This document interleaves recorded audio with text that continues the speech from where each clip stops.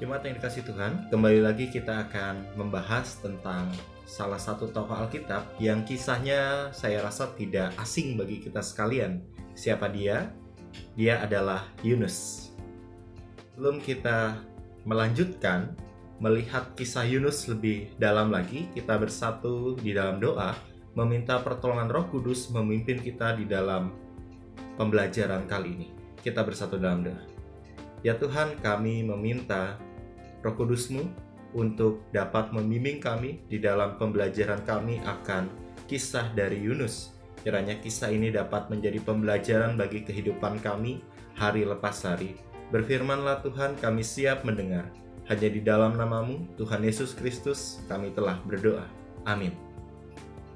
Jemaat yang dikasih Tuhan, bila kita melihat kitab Yunus, kita akan langsung diperhadapkan dengan sebuah cerita bagaimana Yunus dipanggil oleh Tuhan untuk memberitakan berita pertobatan ke kota Niniwe, kota yang besar itu.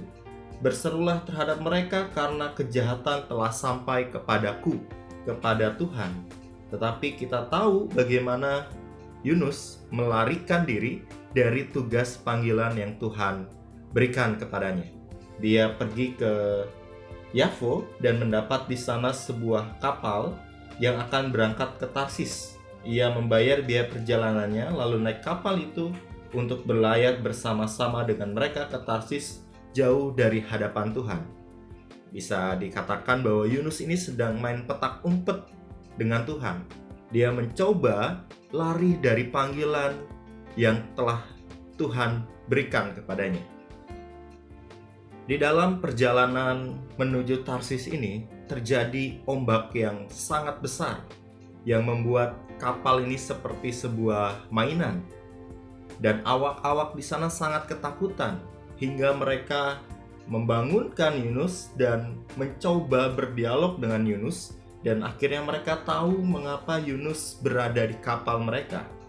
Dan akhirnya Yunus dibuang ke laut hingga membuat mereka bisa selamat dari terjangan ombak besar ini. Dan singkat cerita, Yunus sampai ke kota Niniwe dan dia memberitakan pertobatan kepada warga Niniwe. Jemaat yang dikasih Tuhan, yang perlu kita tahu dari kota Niniwe adalah kota Niniwe ini adalah kota yang besar. Disebutkan di pasal 3 ayat yang ketiga, Bersiaplah Yunus, lalu pergi ke Niniwe sesuai dengan firman Allah. Niniwe adalah sebuah kota yang mengagumkan besarnya, 3 hari perjalanan luasnya.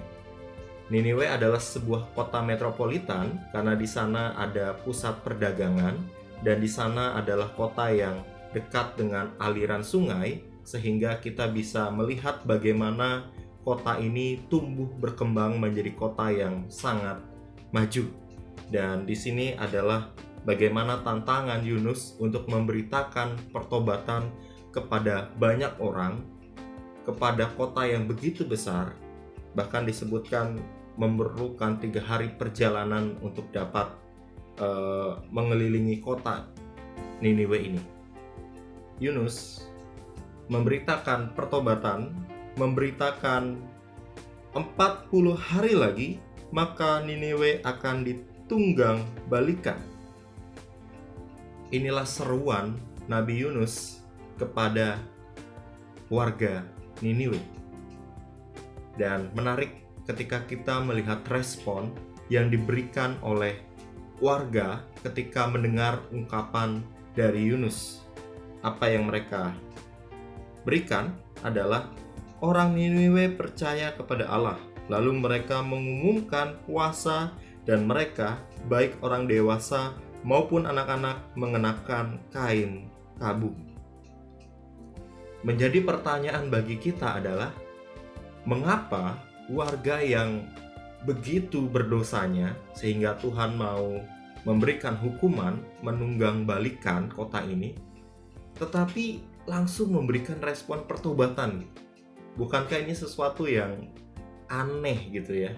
Sesuatu yang janggal. Ketika diberikan nubuat, ditunggang balikan, mereka langsung percaya dan mereka langsung bertobat.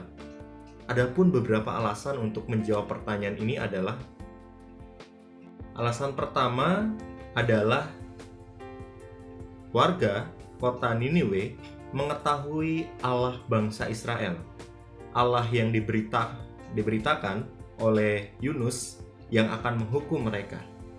Mereka tentu mengetahui dari informasi, mengetahui dari kisah bagaimana bangsa Israel diberkati oleh Tuhan, bagaimana Tuhan Allah bangsa Israel adalah Tuhan Allah yang maha kuasa, yang dapat menghukum, yang dapat menjungkil balikan sebuah kota, dan ini mereka ketahui.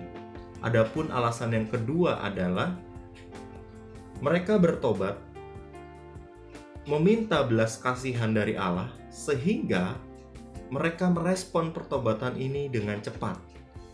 Apa yang mereka lakukan? Mereka berpuasa, mereka mengenakan kain kabung.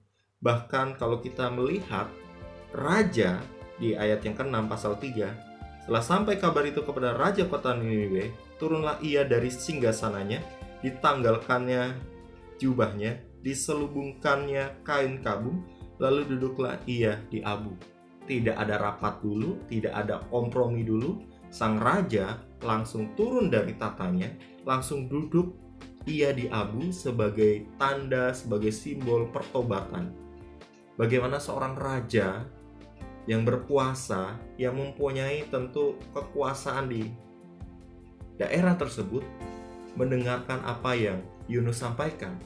Bahkan dia tidak menganggap dirinya lagi sebagai raja, dalam artian dia menyadari bahwa ada pribadi, yaitu Allah, yang lebih berkuasa daripadanya. Dan alasan yang ketiga adalah bangsa ini menyadari keberdosaan yang mereka lakukan selama ini. Mereka sadar mereka hidup dalam keberdosaan. Mereka sadar apa yang mereka lakukan tidaklah baik di mata Allah, sehingga mereka langsung melakukan pertobatan, baik sebagai pribadi maupun sebagai komunal di dalam satu kota ini. Bahkan kalau kita lihat lebih jauh lagi, bukan hanya manusia, tetapi ternak juga. Di ayat yang ke-7, raja langsung memerintahkan kepada bangsanya, manusia dan ternak, lembu, sapi, dan kambing domba tidak boleh makan apa-apa, tidak boleh makan rumput, dan tidak boleh minum air. Sebuah perintah tegas yang diberikan oleh raja kepada bangsanya. Bukan himbauan lagi, jemaat sekalian. Dan kiranya apa yang mereka lakukan dapat membuat hati Allah memberi kasih kepada mereka, dapat membatalkan atau membuat Allah berkasih kepada mereka. Dan jemaat sekalian, ketika pertobatan yang kita alami, yang kita berikan komitmen di dalam diri kita, lalu kita lakukan dalam sebuah tindakan, ternyata dilihat oleh Allah. Ini adalah ungkapan yang diberikan oleh sang raja. Siapa tahu mungkin Allah akan berbalik dan menyesal serta berpaling dari murkanya yang bernyala-nyala itu sehingga kita tidak binasa. Jadi bangsa ini bertobat.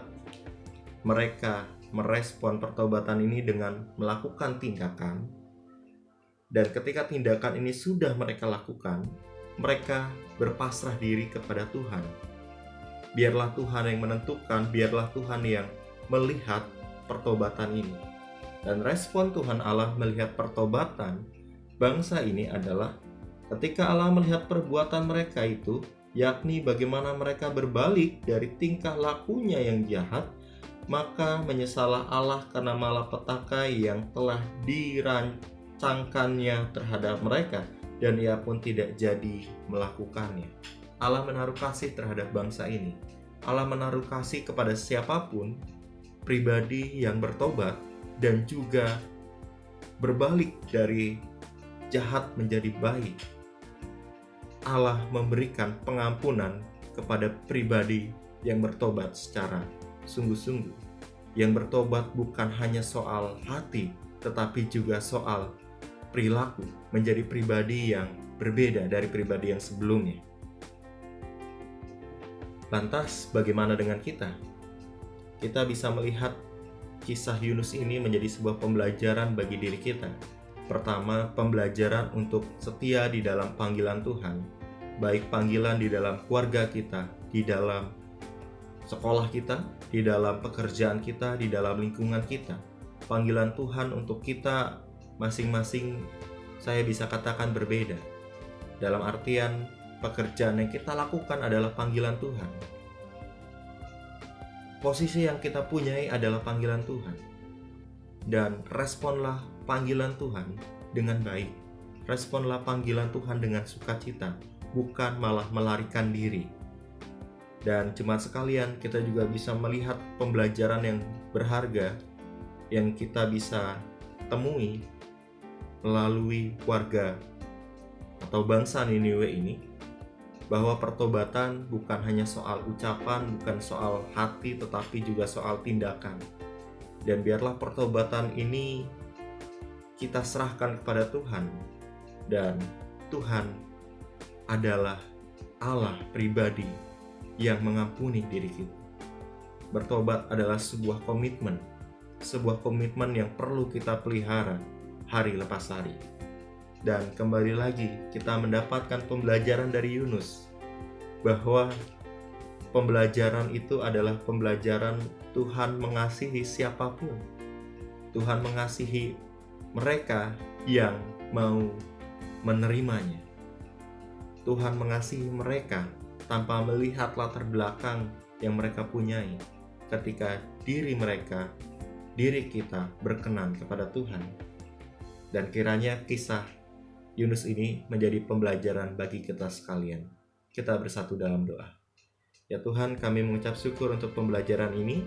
Biarlah pembelajaran ini dapat membuat diri kami menjadi pribadi yang lebih baik lagi hari lepas hari. Inilah doa kami, hanya dalam nama-Mu Tuhan Yesus Kristus kami telah berdoa.